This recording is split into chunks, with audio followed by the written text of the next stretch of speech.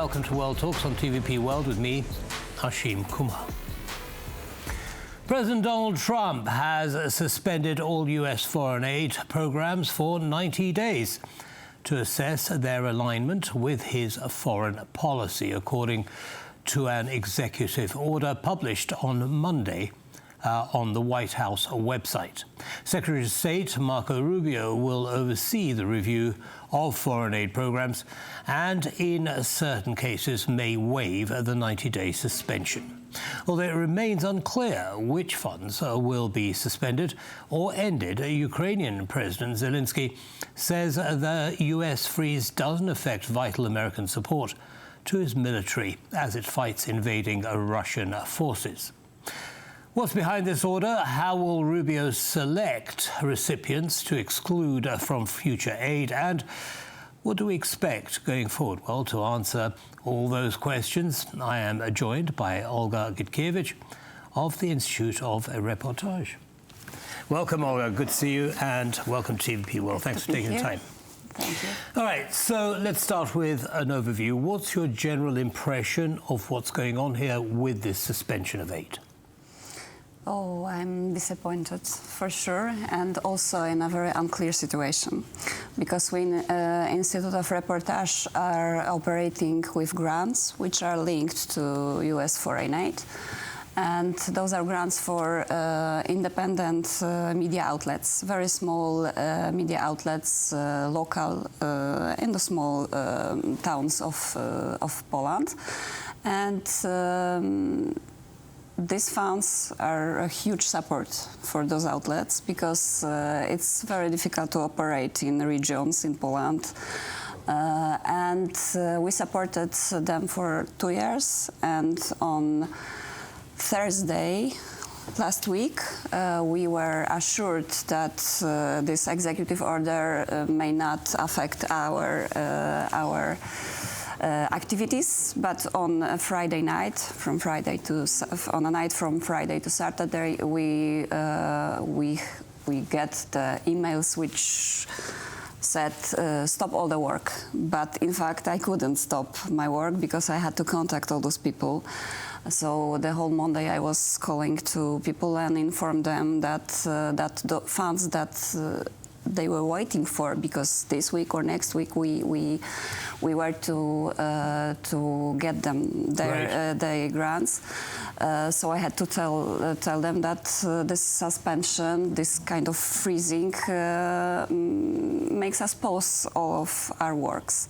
So for us, this may be a pause, but in fact, I really don't believe that this is only a pause for this region, for this part of Europe, and for this kind of activities, because we are journalists. I am also a journalist.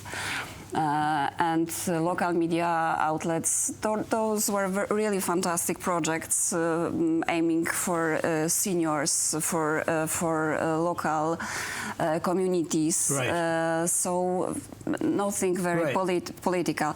But of course, this aid is also was also aimed on other areas of.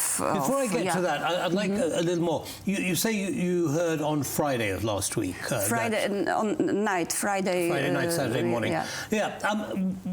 Were you given any indication of what criteria are being used in order to? Because some organisations are being exempted from this order, and others are not. So we don't know as yet whether. Because it's unclear and unstable situation. Okay. Because we had no directions, clear directions. What stop work really means. All right. Okay. So let's kind of zoom out a little bit.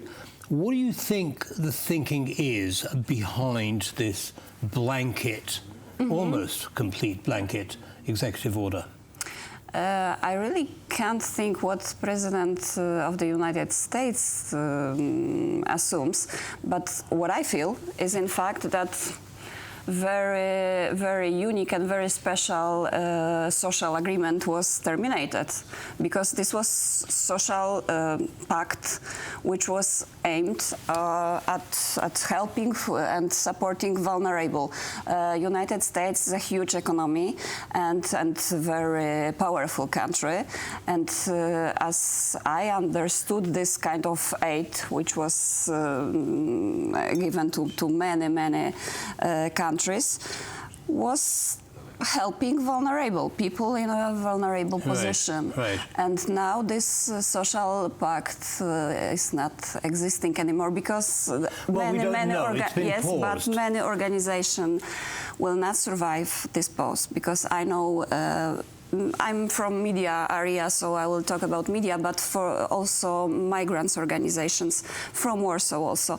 I know they were supported with US aid with 19%, so they will not survive 90 days. Right. They have to fire people, they have to leave the offices because they don't have, they don't know how to pay even for the office, because stop work means you can't even not only wait for the money, not only conducting grants, but in fact gaining also. Do we have any idea of when a final decision might be? No, we have no information at all. Now, there is some aid still getting through. Yeah. For example, military aid to Yes. Ukraine hasn't been stopped. But humanitarian aid, I believe the situation is similar to yours. So what, again, what is the objective in your opinion? I understand, not asking you to read Donald Trump's mind here, but what do you think the strategic goal is? I mean, it's quite a drastic step to take here. So strategically speaking, why? Strategically speaking is definition of this America First what does he want to achieve, though?